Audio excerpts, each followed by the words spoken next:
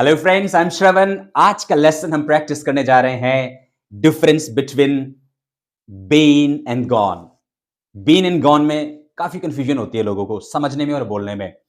खास तौर से जब हम हिंदी के वाक्य बनाते हैं तो उनके साथ थोड़ी दिक्कत होती है। आज हम समझ लेंगे quickly. Have a glance over the whiteboard. Let's see. पहले हम प्रैक्टिस करने जा रहे हैं बीन की। Been means the person went to visit a place. Now he has come back. A person went to visit a place. Now he has come back. I mean to say, कोई व्यक्ति visit करने गया था कहीं, अभी वो वापस आ गया है। यानी कि जब कोई बाहर गया और वापस आ गया वहीं पर, तो हम बीन का यूज करेंगे। खास तौर से कैसे? जैसे I have been to Banaras many times. मतलब मैं बनारस कई बार जा चुका हूं। यदि आपको कहना हो कि मैं बनारस कई बार जा चुका हूं, I have been to Banaras many times. हमने बनारस की जलेबी कचौड़ी बहुत बार खाई है, इसकी भी हम चर्चा करेंगे आगे। She has been to Agra. She has been to Agra. वह आगरा जा चुकी है, या वह आगरा घूमकर आ चुकी है।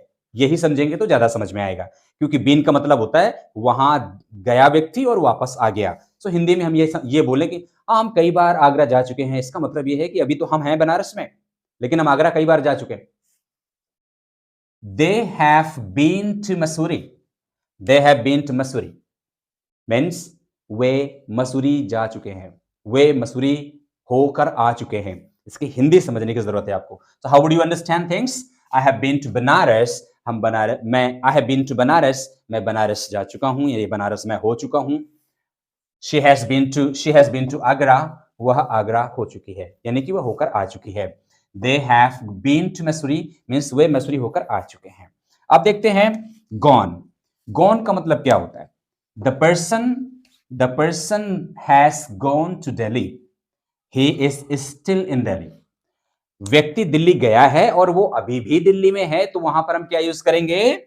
गॉन। व्यक्ति गया और होकर आ गया, बीन। व्यक्ति गया और वो वहीं पर है, गॉन। एग्जाम्पल कैसे बनेंगे? She has gone to Banaras. वह बनारस जा चुकी है, यानी कि वो अभी भी बनारस में है।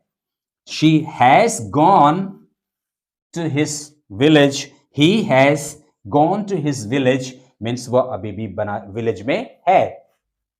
They have gone to Delhi means वे दिल्ली जा चुके हैं, मीन्स वे दिल्ली में है। अब been to Banaras, been to Agra, been to Mussoorie, वो मसूरी जा होकर आ चुके हैं। गॉन टू बनारस मीन्स अभी भी बनारस में है। गॉन टू विलेज, अभी भी गांव में है। गॉन टू दिल्ली, अभी भी दिल्ली में है।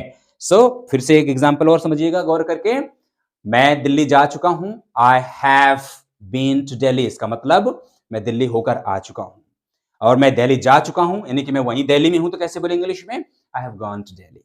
सो these are some sort of difference. If you practice and understand the things, then you can understand better in English. Hindi में थोड़ा सा गड़बड़ लगता है, समझ में नहीं आता कि एग्जैक्ट मतलब क्या होगा, बट इंग्लिश में आपको समझ में आएगा। So if somebody is saying I have been to Varanasi means the person went to Varanasi, he has come back now. He has visited Varanasi, right? And if he says that I have gone to Banaras means he is in Banaras, he has gone to Banaras, he is in Banaras now. So अभी हम ये देख रहे हैं कि been का use हमने practice किया, और have you ever been का यूज कैसे प्रैक्टिस करेंगे उसकी हम चर्चा करते हैं। So ever का मतलब होता है कभी। यदि आपको कहना हो कि क्या आप कभी शिमला गए हो, have you ever been to, has she ever been to, have they ever been to? So ये इसकी यूसेज है। कुछ एग्जाम्पल हमने लिखा है। पहला क्या है? Have you ever been to. इसका मतलब क्या आप कभी गए हो? Have you ever been to Banaras?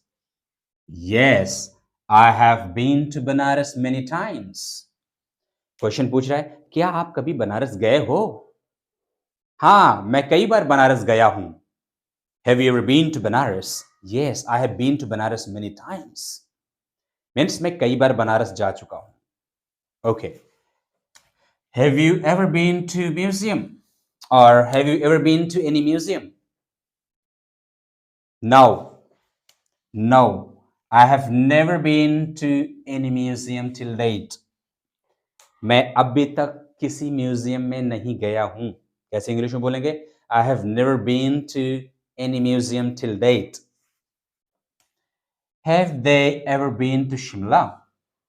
No, they have never been to Shimla.